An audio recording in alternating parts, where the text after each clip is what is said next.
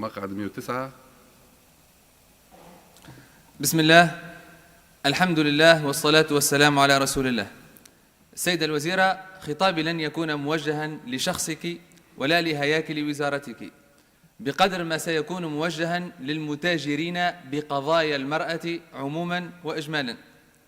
سأحاول أن أصلح بعض المصطلحات التي يستعملونها مستعيرا ثنائية هم ونحن. هم يتكلمون عن حرية المرأة التي نعتبرها نحن حرية الوصول إلى المرأة. ما يسمونه حرية نسميه نحن تحررا، وهو أن يكون المرء عبدا للموضة وللغرب وللشهوات وللهيئات ولدعوات الانحلال والفسق والفجور. أما الحرية عندنا فمنتهاها أن يكون العبد عبدا لله. حينما نكلمهم عن الضوابط والأحكام والحياء والحشمة يقولون هي رجعية وظلامية، يقولون أن المرأة عندكم وعاء جنسي، والصواب والحقيقة أن المرأة عندنا كريمة عزيزة. يقول النبي صلى الله عليه وسلم: ما أكرمهن إلا كريم وما أهانهن إلا لئيم. المرأة عندهم سلعة رخيصة مكشوفة معروضة لمن دب وهب، والمرأة عندنا جوهرة غالية نفيسة محفوظة.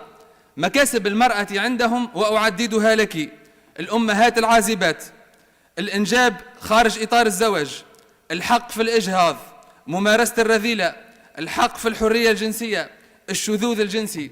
أما نحن فنقول لهم: إن هي إلا أسماء سميتموها ما أنزل الله بها من سلطان.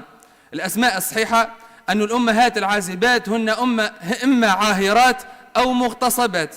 الإنجاب خارج إطار الزواج هو زنا، الإجهاض هو قتل نفس بغير نفس، الحرية الجنسية هي عهر، الشذوذ هو فاحشة ما بعدها فاحشة وهو عكس للفطرة. دولتهم هي من خلفت المواخير التي تبيع فيه المرأة شرفها، وتاريخنا شرف على شرف. حينما صاحت امرأة ومعتصماه فقامت لنصرتها نخوة المعتصم. نموذجهم هو من خلف أعلى نسب الطلاق والعنف الزوجي في العالم. نموذجنا هو محمد صلى الله عليه وسلم الذي توفي في بيت السيدة عائشة ما بين سحرها ونحرها. هم يفتخرون بالخيانة ونحن نفتخر بالوفاء. نماذج المرأة عندهم الزوجة الخائنة والطالب اللعوب والبنت العاقة والشغالة المتحرشة. ونماذج المرأة عندنا الطاهرة خديجة والعفيفة عائشة والزهراء فاطمة وأم كلثوم وصفية وأسماء ذات النطاقين. يزعمون أننا نعتبر المرأة نصف الرجل، والحال أن النبي صلى الله عليه وسلم يقول: النساء شقائق الرجال. المرأة يقينا لا مزايدة عندنا هي أم وجب علينا برها، وزوجة وجب علينا حبها وحسن معاشرتها، وبنت وجب علينا إكرامها وحسن تربيتها، وأخت حبها ملك شغاف القلب. هم يدافعون على عمن على مجلة الأحوال الشخصية ويقولون عنها خط أحمر، ونحن ندافع على بصيرة على أحكام رب العالمين ونعتبرها خطا أحمر. يقول ربي: قل لا يستوي الخبيث والطيب ولو أعجبك كثرة الخبيث. يعني بمختصر العبارة: هم أهانوها والإسلام أكرمها، هم أرخصوها ونحن أعزيناها.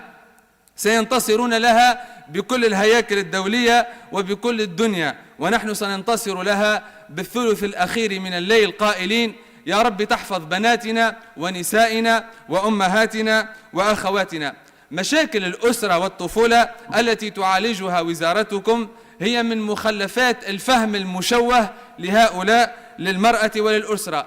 فالرجولة والفحولة عندهم هي الخيانة، أما الرجولة عندنا والفحولة هي الوفاء. يقول سيد الرجال صلى الله عليه وسلم: خيركم خيركم لأهله وأنا خيركم لأهلي. النبي صلى الله عليه وسلم سيد الرجال حينما سئل: من أحب الناس إليك يا رسول الله؟ قال: عائشة. مأوى العجز وديار المسنين التي ترعونها نسميها نحن مراكز العقوق. يقول رب العالمين: وقضى ربك ألا تعبدوا إلا إياه وبالوالدين إحسانا إما يبلغن عندك الكبر أحدهما أو كلاهما فلا تقل لهما أف ولا تنهرهما وقل لهما قولا كريما واخفض لهما جناح الذل من الرحمة وقل ربي ارحمهما كما ربياني صغيرا. وبالمناسبة ربي يرحم أم الرجال التي أنجبت سيف الدين مخلوف والتي وافته المنية اليوم. يعني بمختصر العبارة يريد الله أن يتوب عليكم ويريد الذين يتبعون الشهوات أن تميلوا ميلا عظيما فسحقا لهم بما يريدون وهنيئا لنا بما نريد ولتسقط ترهات العلمانية والبرجبية ولتحيا أحكام رب العالمين. وليسجل التاريخ أن أنصار الاختلاف وحرية التعبير قد غادروا الجلسة لأنهم ساءهم أن يسمعوا رأيا مختلفا عن رأيهم. فمثالش تحترموا حرية التعبير وحرية الاختلاف. ونحن من نفتخر أن نعبر عن حبنا لزوجاتنا ولبناتنا. الحمد لله اللي عشنا الغربة متاع آخر الزمان اللي يصير فيها الحق هو المنكر والمنكر هو الحق. صدق رسول الله إن بين يدي الساعة سنين خدعات يؤتمن فيها الخائن ويخون فيها الأمين ويصدق فيها الكاذب ويكذب فيها الصادق. صدق الله العظيم وربي يبارك فيكم.